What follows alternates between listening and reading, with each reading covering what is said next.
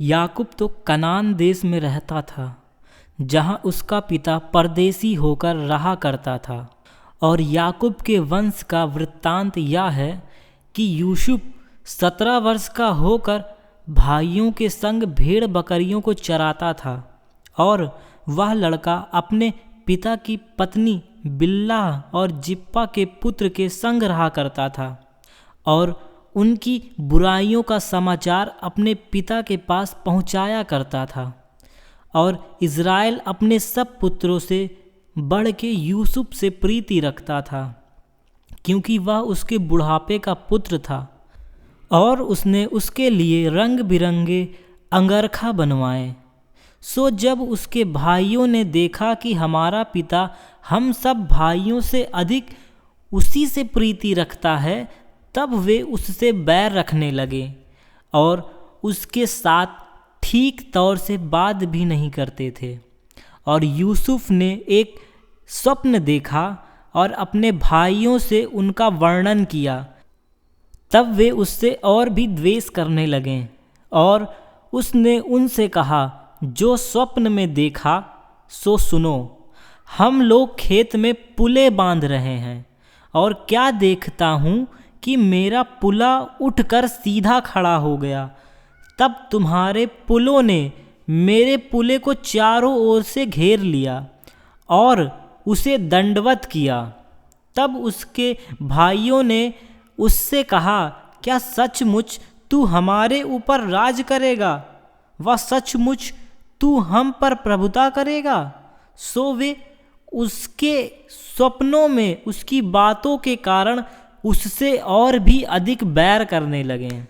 फिर उसने एक और स्वप्न देखा और अपने भाइयों से उनका भी वर्णन किया कि सुनो, मैंने एक और स्वप्न देखा है कि सूर्य और चंद्रमा और 11 तारे मुझे दंडवत कर रहे हैं।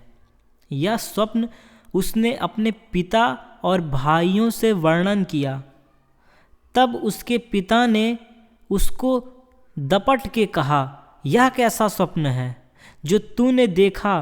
क्या सचमुच मैं और तेरे माता और तेरे भाई सब जाकर तेरे आगे भूमि पर गिर के दंडवत करेंगे?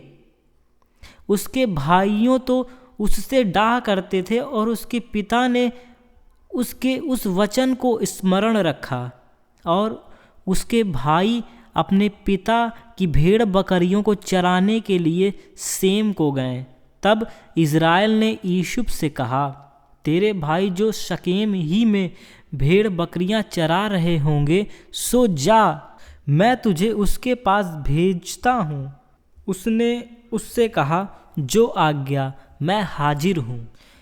उसने उससे कहा, जा, अपने भाइयों और भेड़ बकरियों का हाल देख कि वे कुशल से तो हैं, फिर मेरे पास समाचार ले आ। सो उसने उसको हेब्रोन की तराई में विदा कर दिया, और वह शकेम में आया। और किसी मनुष्य ने उसको मैदान में इधर उधर भटकते हुए पाकर उससे पूछा, तू क्या ढूंढता है? उसने कहा, मैं तो अपने भाइयों को ढूंढता हूँ। कृपा कर मुझे बता कि वे भेड़ बकरियां कहाँ को चरा रहे हैं। उस मनुष्य ने कहा, वे तो यहाँ से चले गए हैं, और मैंने उनको यहाँ कहते सुना कि आओ हम दोतान को चलें। सो यूसुफ अपने भाइयों के पास चला और उन्हें दोतान में पाया, और ज्यों ही उन्होंने उसे दूर से आते देखा, तो उसके निकट आने के पहले ही उसे मार डालने की युक्ति की। और वे आपस में कहने लगे, देखो, वह स्वप्न देखने वाला आ रहा है। सो आओ हम उसको घात करके किसी गड्ढे में डाल दें, और यह कह दें कि कोई दुष्ट पशु उसको खा गया। फिर हम देखेंगे कि उसके स्वप्न का क्या फल होगा। यह सुन के रूबेन ने उसको उनके हाथ से बचाने की मनसा से कहा, हम उसको प्राण से तो ना मारें। फिर रूबेन ने उससे कहा, लहू मत बहाओ, उसको जंगल के इस गड्ढे में डाल दो और उस पर हाथ मत उठाओ। वह उसको उसके हाथ से छुड़ाकर पिता के पास फिर पहुंचाना चाहता था। सो ऐसा हुआ कि जब यूसुफ अपने भाइयों के पास पहुंचा, तब उन्होंने उसका रंग बिरंगा अंगरखा जिसे वह पहने हुए था उतार लिया और यूसुफ को उठाकर गड्ढे में डाल दिया। वह गड्ढा तो सूखा था और उसमें कुछ जल ना था। तब वे रोटी खाने को बैठ गए और आंखें उठाकर क्या देखा कि इस्माइलियों का एक दल ऊँटों पर सुगंध द्रव्य, बलसान और गंधरस लादे हुए गिलाद से मिस्र को चला जा रहा है। तब यहूदा ने अपने भाइयों से कहा, अपने भाई को घात करने और उसका खून छिपाने से क्या लाभ होगा? आओ हम उसे इस्माइलियों के हाथों बेच डालें और अपना हाथ उस पर ना उठाएं, क्योंकि हमारा भाई और हमारी हड्डी और मांस है। सो उसके भाइयों ने उसकी बात मान ली। तब विगानी व्यापारी उधर से होकर उसके पास पहुँचे। सो यूसुफ के भाइयों ने उसको उस गड्ढे में से खींच के बाहर निकाला और इस्माइलियों के हाथ चांदी के 20 टुकड़ों में बेच दिया और वे यूसुफ को मिस्र में ले गए। और रूबेन ने गड्ढे पर लौटकर क्या देखा कि यूसुफ गड्ढे में नहीं है। सो उसने अपने वस्त्र फाड़े और अपने भाइयों के पास लौटकर कहने लगा कि लड़का तो नहीं है, अब मैं किधर जाऊं? और जब उन्होंने यूसुफ का अंगरखा लिया और एक बकरे को मार के उसके लहू में उसे डुबा दिया और उन्होंने उस रंग बिरंगे अंगरखे को अपने पिता के पास भेजकर कहला दिया कि यह हमको मिला, सो देखकर पहचान ले कि यह तेरे पुत्र का अंगरखा है कि नहीं। उसने उसको पहचान लिया और कहा, हाँ, यह मेरे पुत्र का अंगरखा है। किसी दुष्ट पशु ने उसको खा लिया, निसंदेह यूसुफ फाड़ डाला गया। तब याकूब ने अपने वस्त्र फाड़े और कमर में टाट लपेटा और अपने पुत्र के लिए बहुत दिन तक विलाप करता रहा। और उसके सब बेटे बेटियों ने उसको शांति देने का यत्न किया, पर उसको शांति ना मिली और वह यही कहता रहा, मैं तो विलाप करता हुआ अपने पुत्र के पास अधोलोक में उतर जाऊंगा। इस प्रकार उसका पिता उसके लिए रोता ही रहा। और मिघानियों ने यूसुफ को मिस्र में ले जाकर पोतीमार नाम फिरौन के एक हाकिम और जल्लादों के प्रधान के हाथ बेच डाला। उन्हीं दिनों में ऐसा हुआ कि यहूदा अपने भाइयों के पास से चला गया और हीरा नाम का एक अदुल्लाम वासी पुरुष के पास डेरा किया। वहाँ यहूदा ने सुआ नाम की एक कनानी पुरुष की बेटी को देखा और उसको ब्याह कर उसके पास गया। वह गर्भवती हुई और उसके एक पुत्र उत्पन्न हुआ और यहूदा ने उसका नाम एर रखा। और फिर गर्भवती हुई और उसके एक पुत्र उत्पन्न हुआ और उसका नाम ओनान रखा गया। फिर उसके एक पुत्र और उत्पन्न हुआ और उसका नाम शेला रखा गया। और जिस समय उसका जन्म हुआ उस समय यहूदा कजीब में रहता था।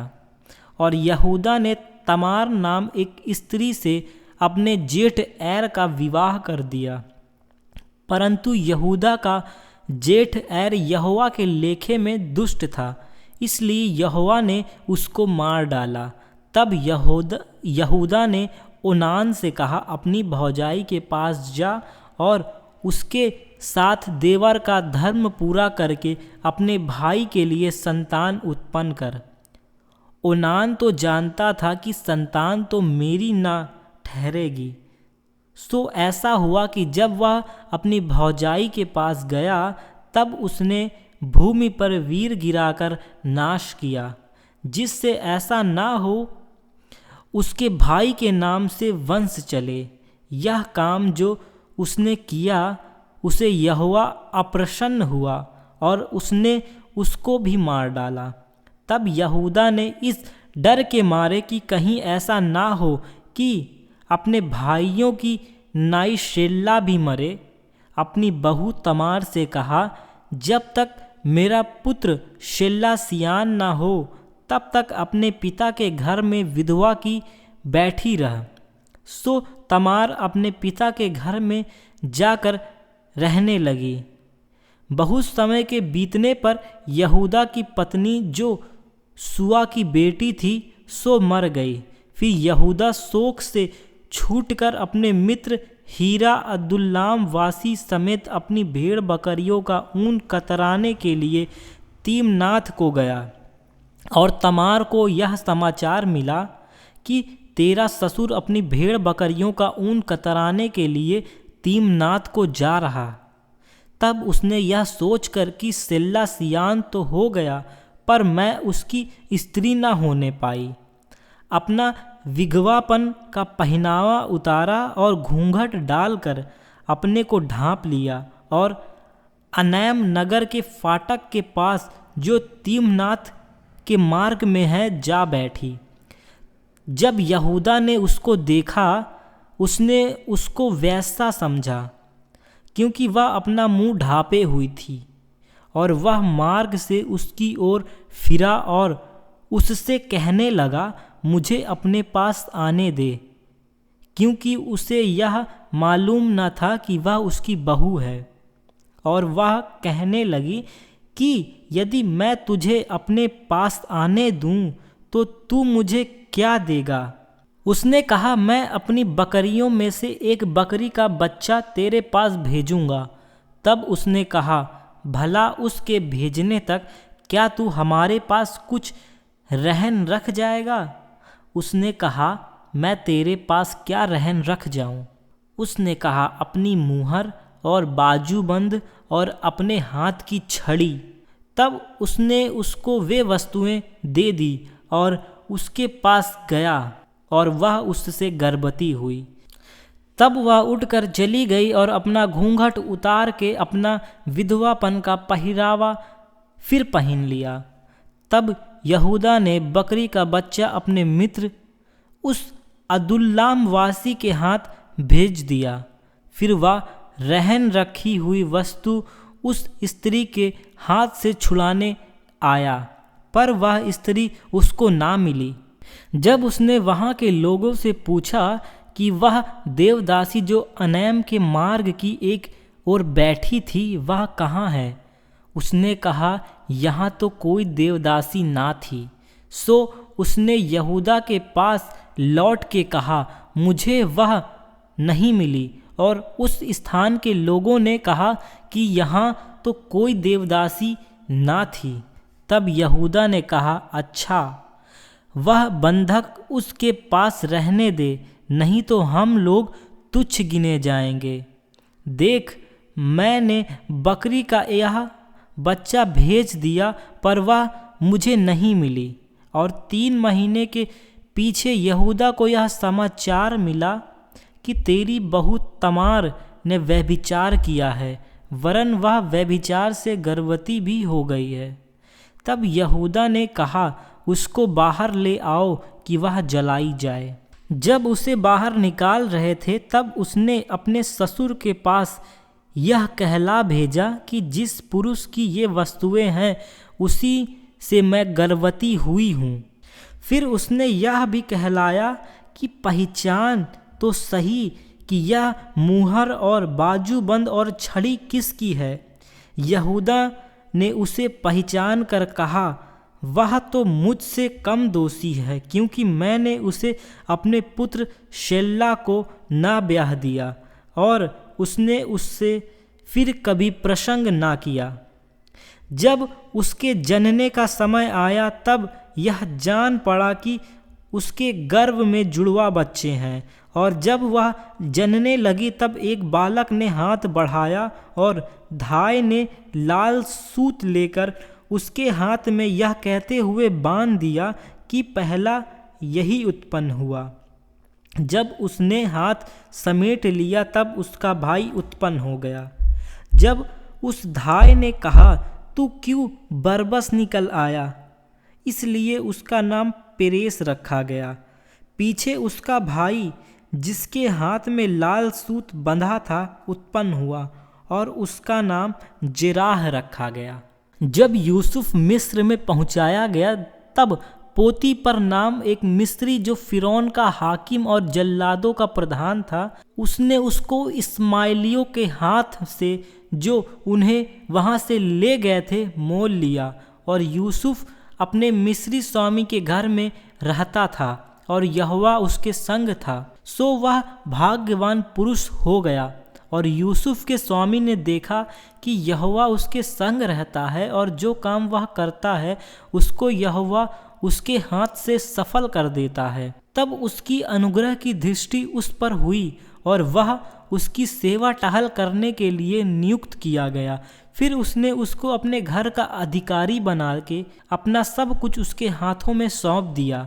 और जब से उसने उसको अपने घर का और अपनी सारी संपत्ति का अधिकारी बनाया, तब से यहोवा यूसुफ के कारण उस मिस्री के घर पर आशीष देने लगा। और क्या घर में क्या मैदान में उसका जो कुछ था सब पर यहोवा की आशीष होने लगी।